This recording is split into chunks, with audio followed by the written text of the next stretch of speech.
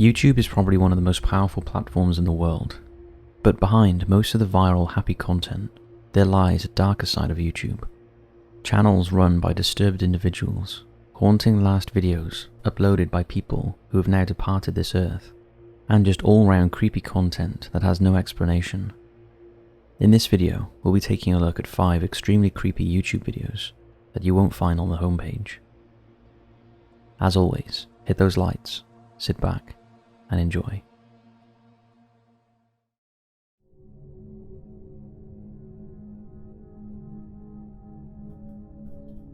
Storm de Beul's last video before freezing to death.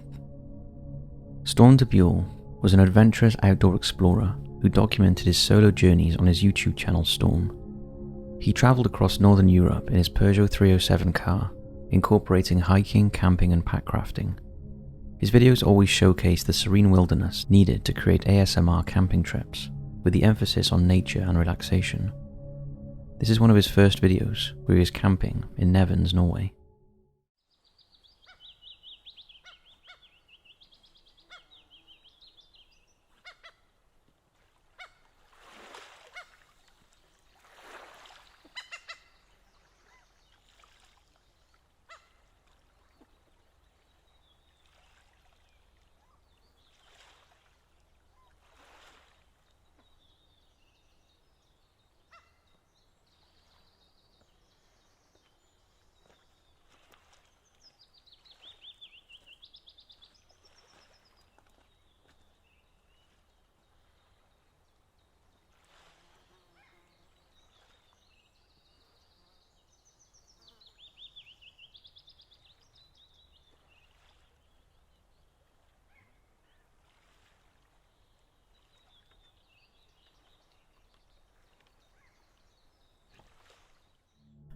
As you can see, he is a young boy living out his dreams. On October 2024, de Beul embarked on a solo hiking trip to the picturesque but secluded Jokkmokk region of Swedish Lapland, a stunning but unusually cold location.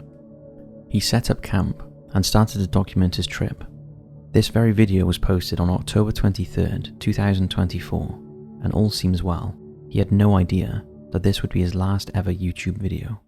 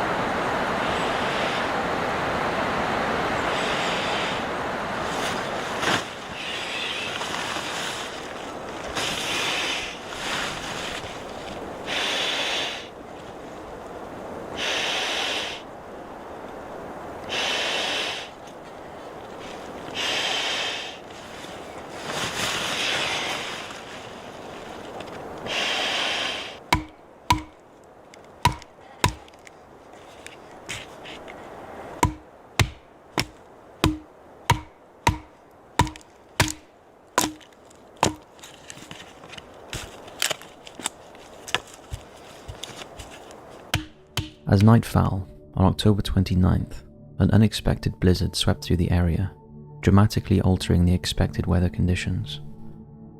At around 2 AM on October 30th, 7 days after he uploaded his last video, in a desperate bid for help, de Beul contacted emergency services, reporting that he had sustained injuries and urgently needed assistance.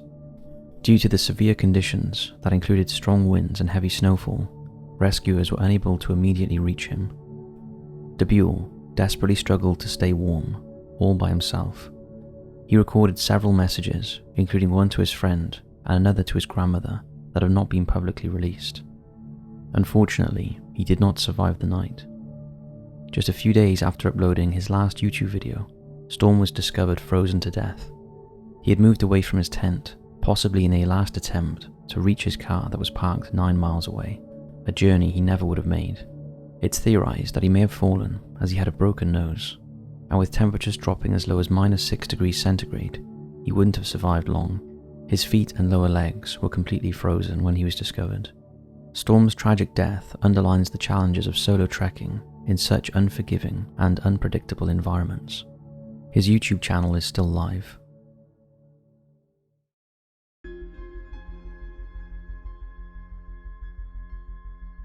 Lee Loughner. Lee Loughner reportedly started showing symptoms of schizophrenia while still in high school. In addition to writing and saying nonsensical things, his thinking was disorganized. He also developed a paranoid obsession with the US Constitution. On October 2nd, 2010, Loughner uploaded a video to his YouTube channel, Star Hitchnaz. It was the only video on his channel, and it's still active today. It is titled America, Your Last Memory in a Terrorist Country. The background soundtrack is Drowning Pool's song Bodies. The person in the video is presumably Loughner, who can be seen staggering towards an American flag, dressed in a strange combination of bin liner, hoodie and a mask. He then proceeds to set the flag alight. The video description is an odd rant about flags, birds and the government, and the way he walks is incredibly creepy. Take a look at the video. We had to remove the music due to copyright.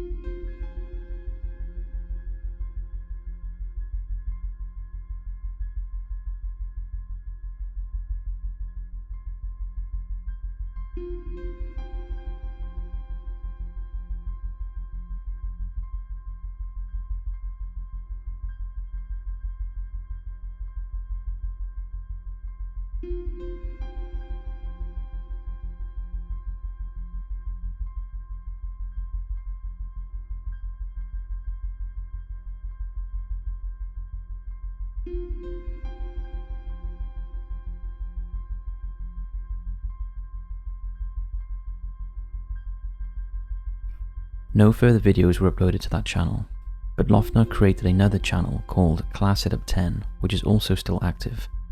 To this channel, he uploaded 5 videos ranting about various subjects, including terrorism, currency, literacy, and the government controlling people through brainwashing and mind control. The last video on this channel was posted on the 15th of December 2010, and less than a month later, on January 8th, 2011, Loughner showed up at a Tuscan grocery store where Democratic Congresswoman Gabrielle Giffords was conducting a meet and greet event. He was armed with a Glock pistol that he had legally purchased in November 2010 and proceeded to fire 31 random shots in approximately 30 seconds. Giffords was hit in the head and was one of 13 people injured in the attack. 6 people who had been at the event were killed. After the shooting, investigators uncovered an envelope inside a safe at Loughner's home. Inside was the handwritten words, "I planned ahead, my assassination, and Giffords." Giffords survived the close-range shooting, but suffered life-changing injuries that compromised her speech, vision, and left her right arm and leg paralyzed. Loughner initially pleaded not guilty to the charges against him, which included murder and attempted murder, and after a mental evaluation that resulted in a diagnosis of schizophrenia, Loughner was declared incompetent to stand trial and was sent to a federal psychiatric facility for treatment. In August 2012, he was cleared for trial. He ended up pleading guilty to 19 charges. In exchange for his plea, he was spared the death penalty, and the rest of the charges against him were dropped. He was sentenced to 7 consecutive life terms and an additional 140 years of imprisonment without the possibility of parole. The videos that possibly held clues to this tragic chain of events are still viewable on his YouTube channel. I don't know about you, but I find that incredibly eerie.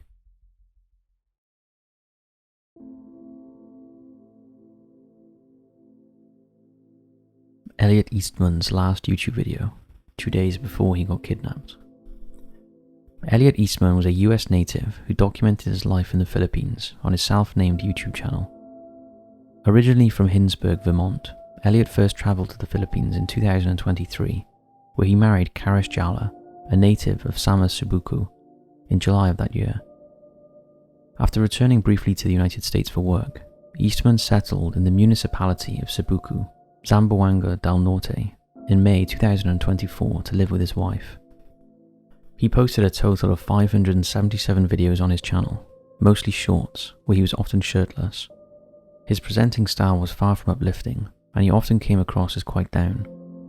Many of his videos featured food, either in preparation or him eating it.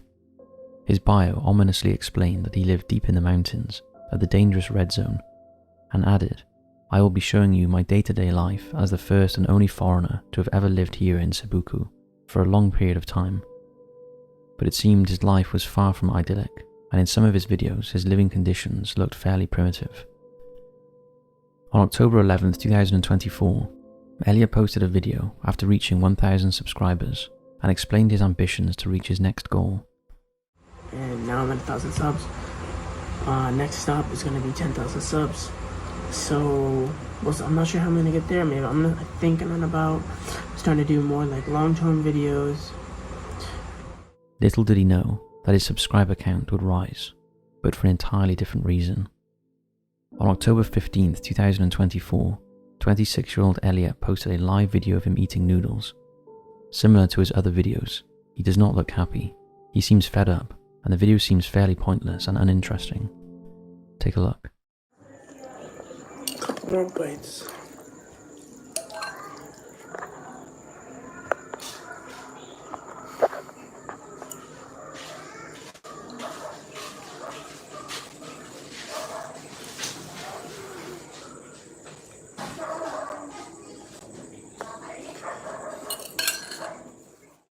On October 17th, 2024, just 2 days after that video was posted, Elliot was kidnapped from the home he shared with his wife and her parents.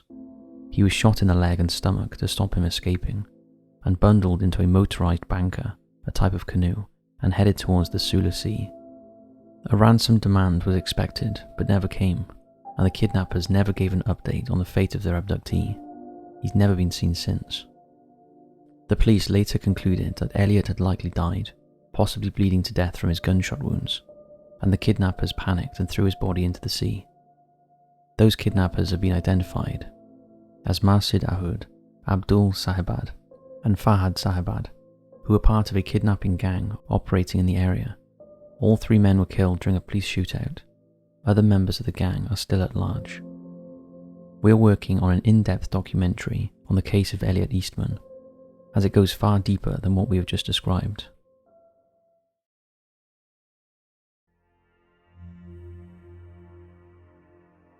Samantha Wohlford. Samantha Wohlford was a mother of 5 from Mount Pleasant, Texas. By the age of 19, she'd given birth to twins with her high school boyfriend, but when that relationship ended, she met Ernest Ibra at a tattoo shop and the couple started dating. In 2011, Samantha welcomed another set of twins with Abra, followed in 2013 by a 5th child. But things were not always happy in her relationship, and in 2014 she threatened to leave Ernest. However, he talked her around, and the pair ended up getting married. Ernest worked 2 jobs to support the family, and to try and make extra money, Samantha set up this very YouTube channel. In her videos, she discussed her passions, personal life, and the struggles of being a young mother of 5. But her ambitions didn't stop at just vlogging. She had visions of being the next internet sensation, and she soon became obsessed in her pursuit of fame.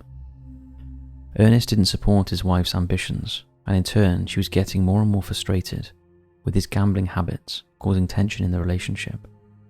This was the last video on her YouTube channel where Ernest can be seen.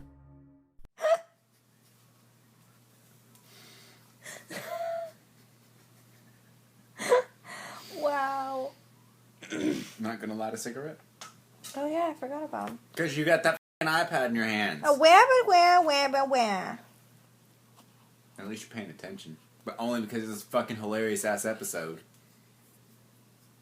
What? Yeah! What episode is this? 4. 4.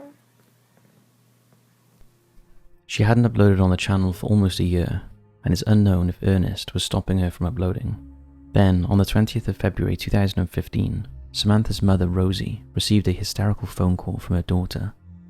She said there were intruders and apparently they had kidnapped Ernest, so she sent Samantha's sister Ginger around to see what was going on. When she arrived, she found Samantha upstairs, gagged and bound. The front door was smashed in, and there were signs of a struggle. Police soon arrived, and Samantha was questioned at length, and she claimed Ernest was whipped with a pistol before being dragged out of bed and taken downstairs, then driven away. I don't honestly know what happened. Okay. I was in bed asleep, and we heard a noise, and the second I was able to open my eyes, somebody grabbed me and jerked me out of the bed and slammed me down on the ground and started tying me up. Samantha then made up a story about a man that she had met the previous day, who she told about her abusive husband. The man she named as John Rebel became irate and said that he would sort it out for her. The police were not convinced by her story, and they were right. There was a man, but his name was Jonathan Sanford, and Samantha had planned the abduction with the help of Sanford's brother-in-law and another friend. They had used Samantha's car to abduct Ernest, and they took him to Sand Cross in Camp County, Texas, where they shot him. Samantha finally got the headlines she craved, but for all the wrong reasons. She and her accomplices were found guilty, and Samantha will spend the rest of her life behind bars. Her YouTube channel is still available to view.